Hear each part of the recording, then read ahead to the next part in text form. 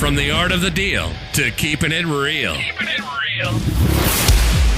Live from the Simply Vegas studios, it's The Power Move with John Gafford. Back again. You never thought you were going to see us again. That was a 2-week hiatus. And back again to spread the knowledge and the nonsense, which I think probably more nonsense than knowledge. Welcome back to The Power Move. My name is John Gafford. I am your host. To the left of me, Colt, the Cabo Cobra, Amidan.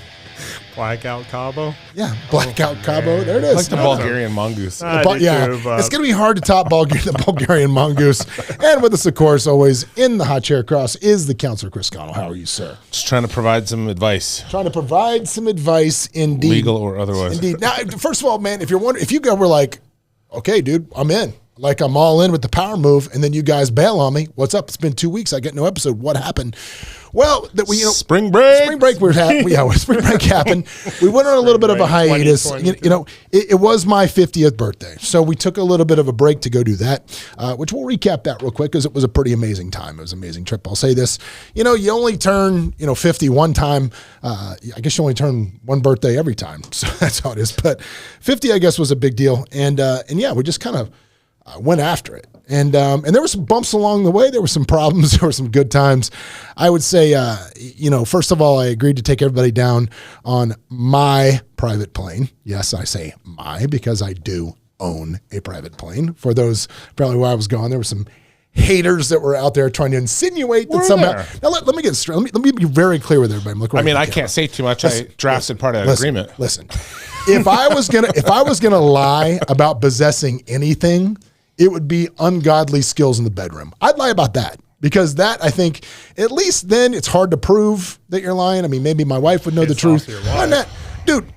I'm not David Copperfield. I can't make a private jet appear and disappear because I just want to lie and say I got tail one. Numbers are public records. Yeah, it's public record. Look it up. It's not hard to find. Anyway, but the challenge with said private jet is you make a commitment to 9 people to take 9 people down to Cabo, and night before, guess what happens? Oh, you're talking in the world of private aviation? Yes, John? private aviation. Well, maybe you can tell me as much as I know. Well, I'm sitting there and I'm looking at the phone, right? And I'm like, because I have a little app where I can track the plane, and I'm like, why is the plane still in Memphis? Like, why is it there? And I can't figure it out. And then I'm like, as soon as I start to call Jesse, who runs the plane for us at Hangar 7 Aviation, for all your aviation needs, if you want private jets, call Hangar 7 Aviation. Anyway, Jesse calls me. And he goes, hey, bro, there's an avionics problem. It wasn't avionics. It was a battery problem, and the plane is stuck in Memphis. And I'm like, what does that mean? And he was like, well, it means we're trying to find a replacement aircraft. I said, okay. And he's like, but everything out there is kind of booked. So I'm immediately like, problem solver. So I'm staying calm. I'm using my stoicism that we preach on the show all the time, and I'm trying to be calm about it. And I'm like, all right, no problem. Here's what we'll do. Let's just look and we'll get backup plans for commercial. We can get everybody down there commercial, no problem. I look on the commercial flights and there's like nothing. Like everybody's going to Cabo the next day.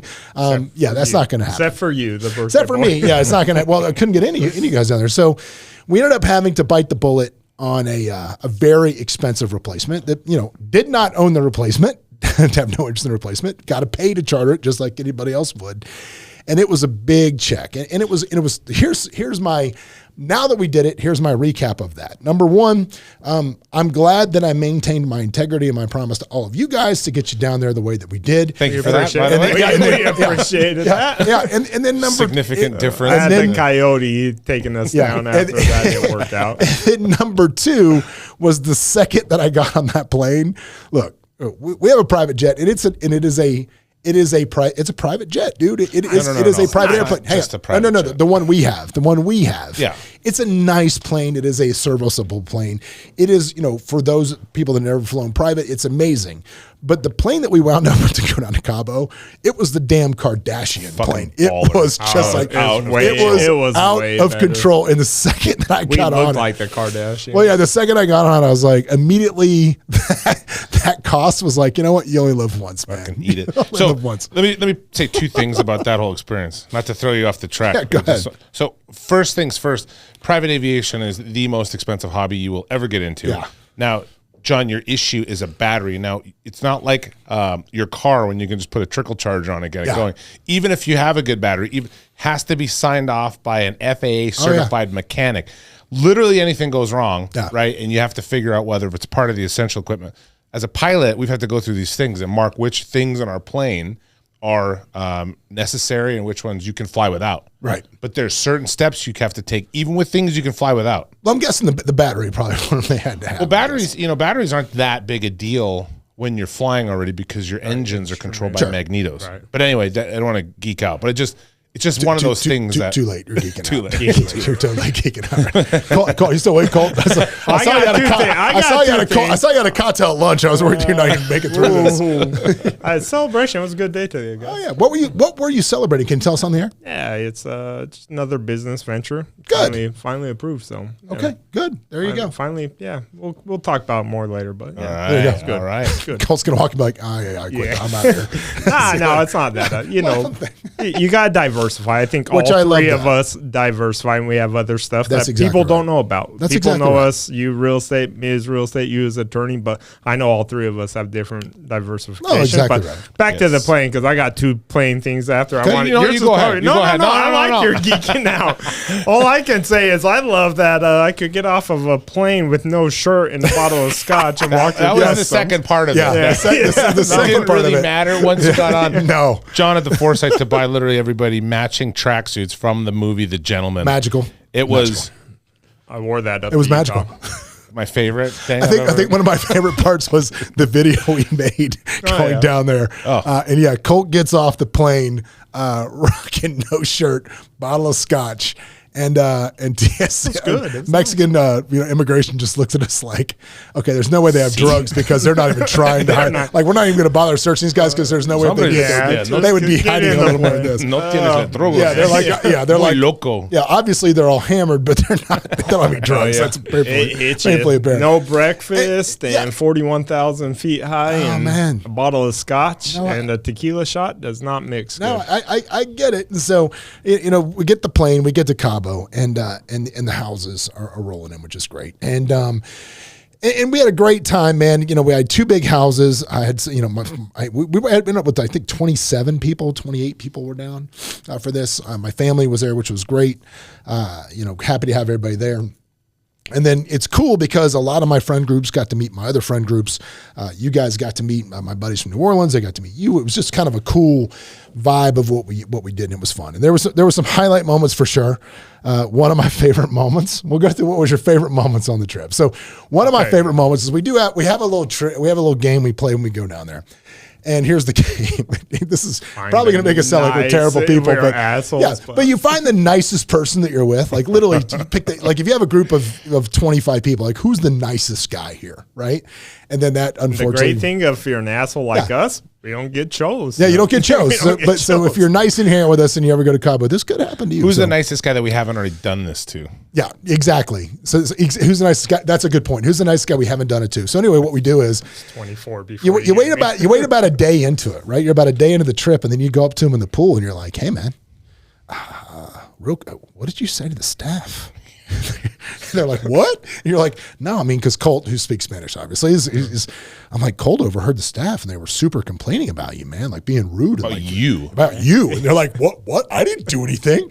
And then literally, it gets worse and worse and worse. You let it just simmer and go. And unfortunately, where it normally cultivates is at dinner. But because we had so many people, because both houses were eating from one house, we did buffet style most of the time. Because last year we did this. We had the servers we paid the servers to not serve this person. Poor Scott. It was Scott, and they didn't serve him. He walked around tipping $100 to each person, saying sorry for nothing. I'm really sorry. So anyway, $500. This year we did it to my buddy Robert Stone, AKA Rose, which was Rose all day. You know what? We're going to do this real quick. I don't know if he's going to answer. We're going to try. For all your insurance needs, for all your needs. We're going to call him right now in the pod. Let's see if we can get Stone to answer. I don't know if we can get him to answer, but let's try. He's a sweetheart. It's his birthday, huh? But you don't get to meet too many sweetheart guys like So we're just going to call him and see if he'll answer and see if we can wish him a happy birthday, but also, tell him he's upsetting people.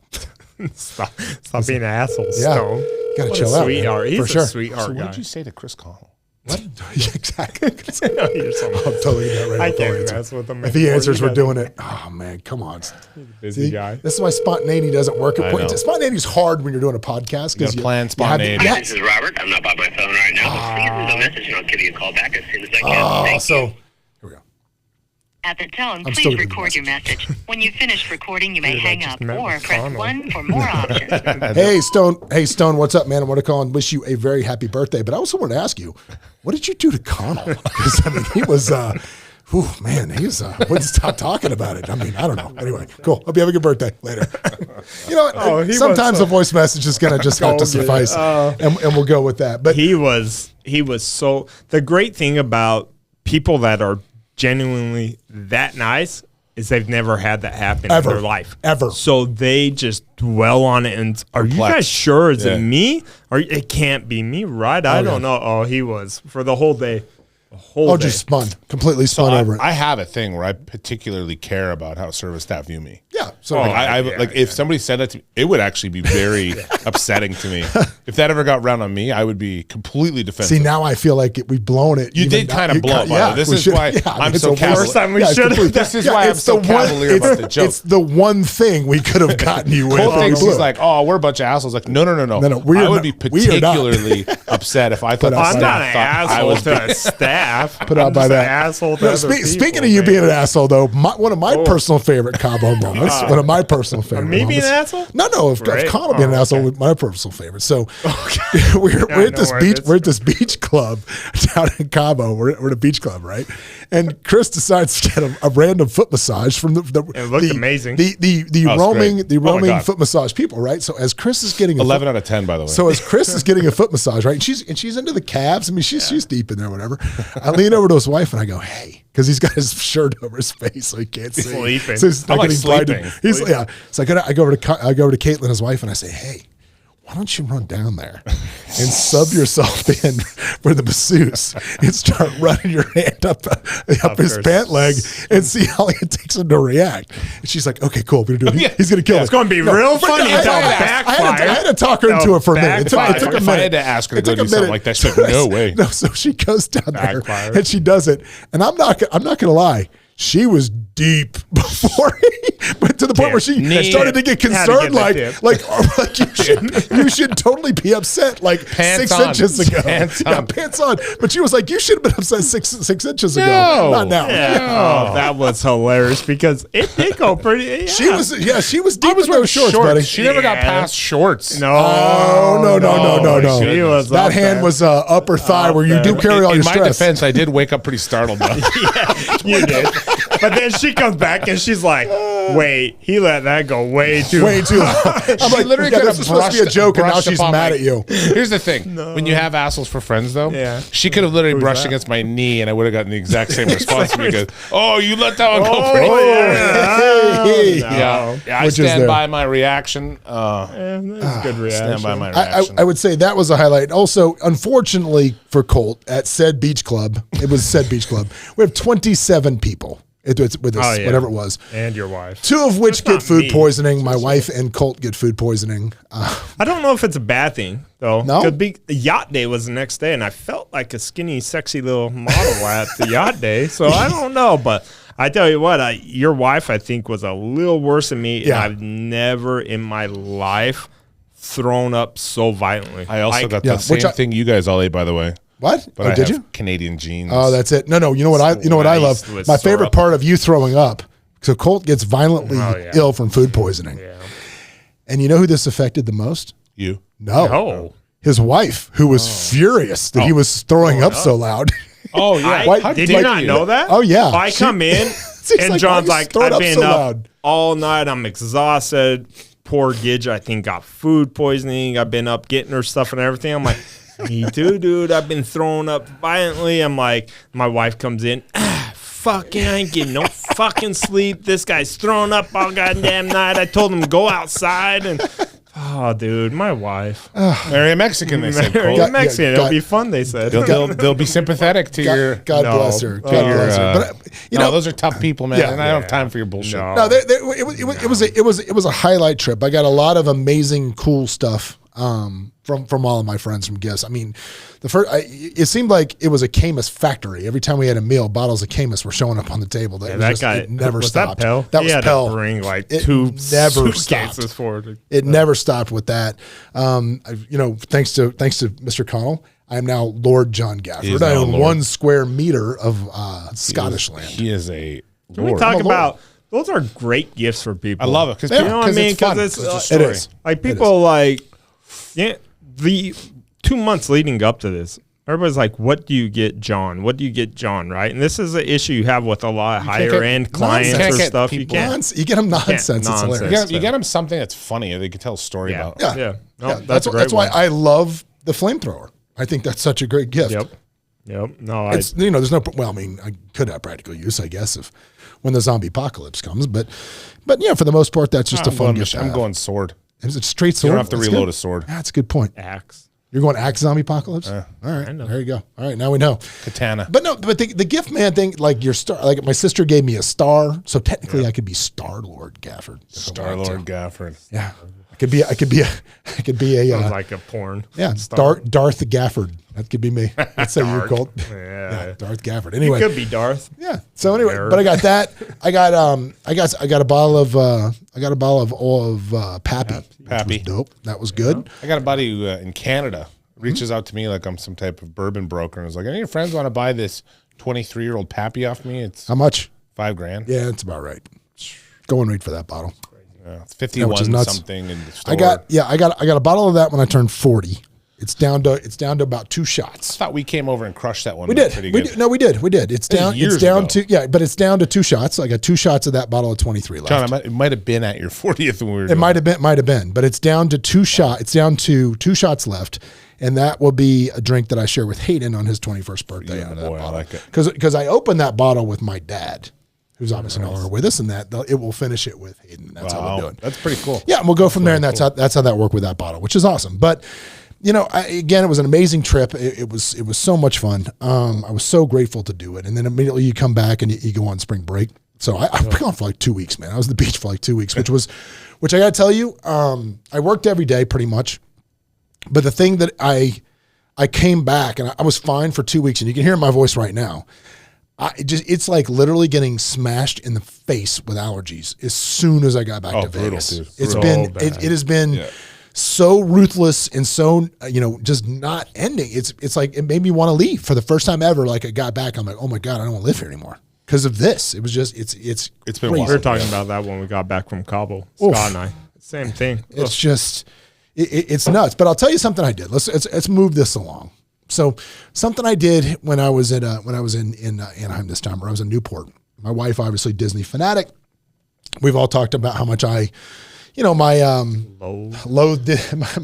anti-love affair with Disney. So I thought to myself, my wife's always wanted to do the VIP tour, which is awesome. Now, have I talked to you guys about VIP? I don't think I've talked to you about this. You did. You briefed it. Yeah. Well, but let me just put it this way. Let me ask you this before we go into anything else. So for 5 G's, right? You give old Disneyland $5,000. What is your expectation of the VIP tour? What is your expectation? Cut lines. I never wait again. I'm eating in places where I'm not gonna normally be able to get to. Mm-hmm. I'm getting concierge treatment. I'm getting service by somebody or a team. Right. I think cut lines, the same thing. Access to what's a bar? No, the restaurant. 23 or whatever. 23. The restaurant, which is not access good. I've eaten there before. No, it's not. I've been there too, but yeah, I think just at least that, right? Yeah. Well, here is the truth about the Disneyland VIP pass. Now, number one, it is my buddy Josh Avon that lives down there. He and his family split it with me, so I was only into it for about $2,500. Josh picked up the other half because it's good for 10 people. Right? Still $600. It's a lot. It's a lot. So we get there, and first of all, I will say that the human being that walked us around was lovely. Like if Disney ever gets this, which I doubt they will, but if anybody ever, the girl that walked us around was great. She was awesome. She was knowledgeable. She knew a lot of cool stuff. Was pointing things out as we went through the park, which was awesome. But we meet her. We get going and we walk into the first thing. We walk up to Star Tours, right? And that's a ride that normally I would skip. I wouldn't go on that ride because I mean it just kind of makes you nauseous. My kids don't really love it. Like we just wouldn't do it, and it just there's bigger, better to deal with, right? But I'm thinking to myself, we're on the VIP tour. We're gonna ride everything anyway. Let's go, right? And we walk up and we get in the fast pass lane. That's it. And we proceed to wait for like 25 minutes to ride Star Tours. And I'm looking at my watch and I'm looking at my wife and I'm like, this is what we're doing today? And it was. And the whole time. The only place where it was an advantage was like Peter Pan, Snow White, those rides, which normally are like 90 minutes for little rides. You did walk right up because they don't have fast pass lines. They don't have the lightning lines.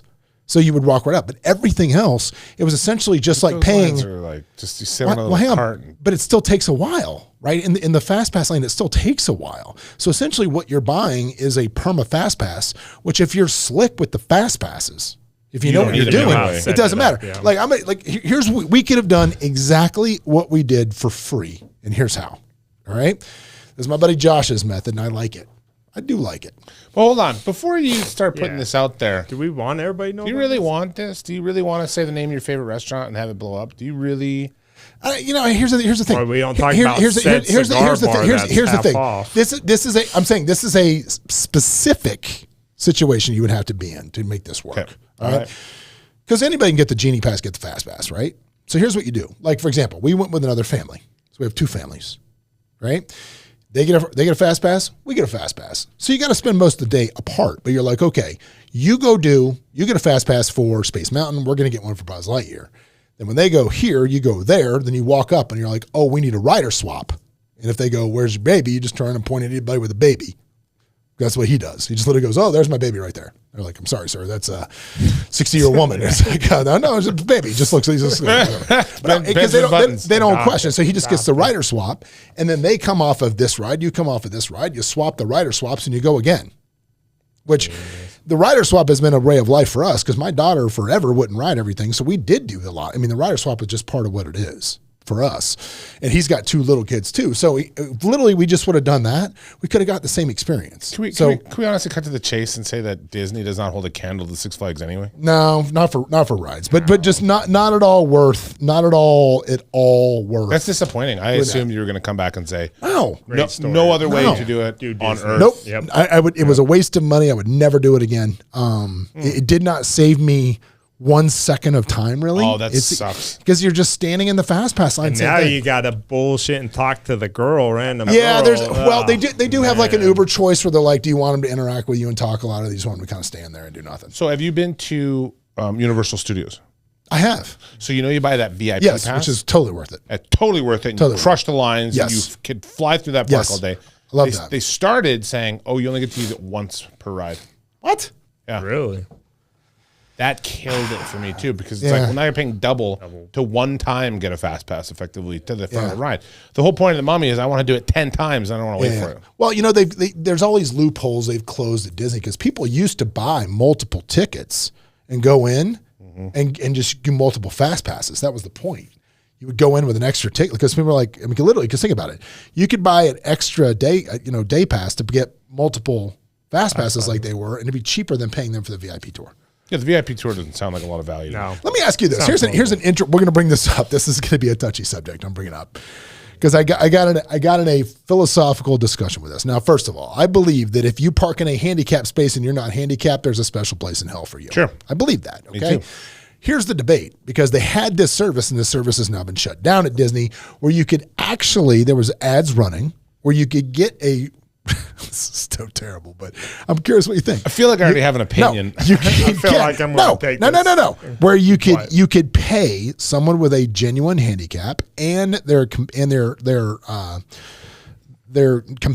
whoever was with them. You could pay them to go with you to Disneyland, so you could be in their party and go through the handicap exit. Totally fine. Okay. So you think that's okay? Totally fine. Yeah, because my buddy was like, no, this is like it's like I'm taking them to Disneyland. I'm not putting them to work in a sweatshop. Yes, I'm definitely benefiting from this handicap, but that's their ability. So by whatever grace happened to them, by accident, by birth, whatever, they've had certain things either taken away from them or they've never had, right? The fact that they can capitalize on them should be like capitalized. Something you should want to do. Oh no, for sure. It's like I thought you were going to say they'll rent you a wheelchair. No, God, there's a special place to help you. That's but hiring a handicap person and their companion. David thing ever. And their companion. I just think it's wonderful. It's a complete Larry David. I think it's wonderful. Yeah, they banned that. They don't want you to do that. I guess if you get, I don't know what they do if they catch you doing it or how they would catch you. Larry David hired a prostitute to sit in his car to take the HOV lane to go to a Dodgers game. I forgot. That was a great one. I mean, it's a service. You're getting her off the street. Game. You're getting off the street. Speaking of baseball, this is what do you got? What are you going to? John, what's your? I mean, do you have any pushback on that? No, I guess because here's the thing. I'm with Chris on that my one. visceral gut reaction was this is a terrible thing. But it's like, okay, I don't want to get into any kind of weeds here, but there's a lot of people that I was watching comedians talking, and this person was like, "You're a racist." This comedian, he was getting shot for. He goes, "What did I say about any race?" He said, "I said that this is a thing." He goes, "That had nothing to do with it." I said something like, "I do this because I'm Filipino." Was the joke? Yeah. It was like, where did I say that was bad? Let me ask you. That brings us to another question. Are you feeling the pendulum starting to swing back on the wokeness? Of course. Finally.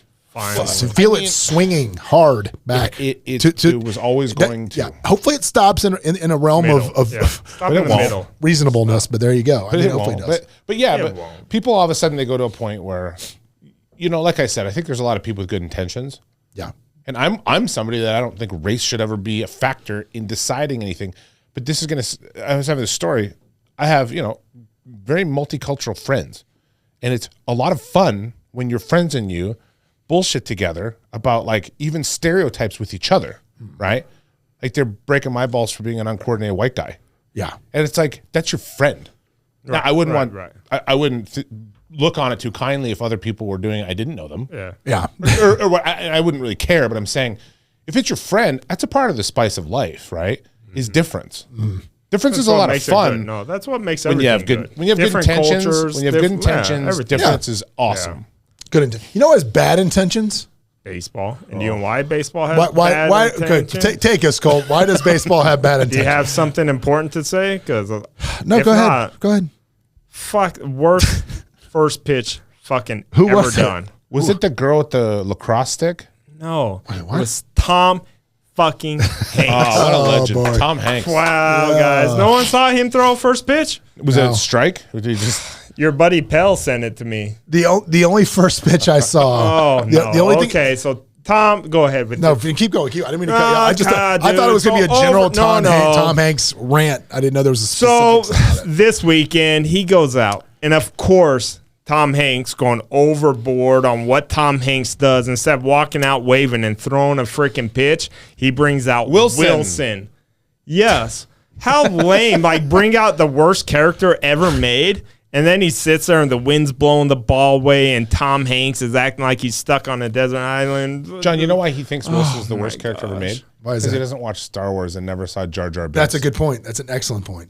I spent this weekend in the hot tub literally doing this character versus this character from best to worst with my son because right now he's playing a lot of Star Wars Legos on whatever on Xbox or whatever it is. So now he's into the Star Wars movies again. And literally, and the thing is, on the worst, you always want to go right to Jar Jar Binks, but there's nobody worse. It's not close. So you just can't even compare it. There's just nobody worse. Jar Jar what? Never mind, Colt. It's a lot. No, seriously. Don't worry. How do you say it again? So Jar Jar Binks. Binks? Yes.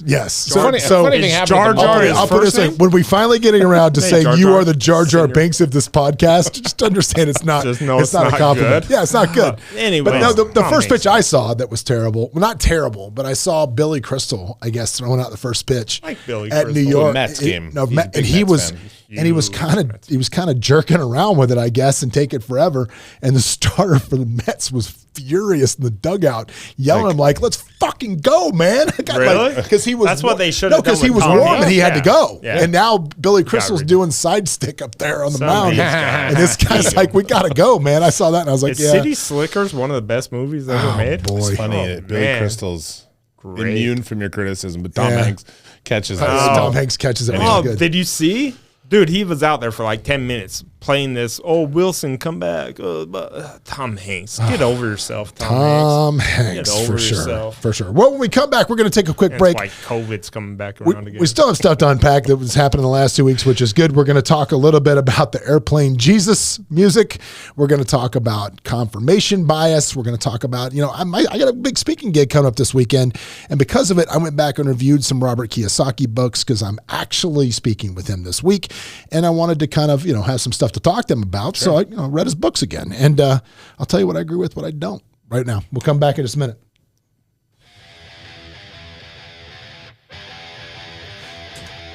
Hey, it's John Gafford. If you want to catch up more and see what we're doing, you can always go to thejohngafford.com, where we'll share any links things we talked about on the show, as well as links to the YouTube where you can watch us live. And if you want to catch up with me on Instagram, you can always follow me at thejohngafford. I'm here. Give me a shout.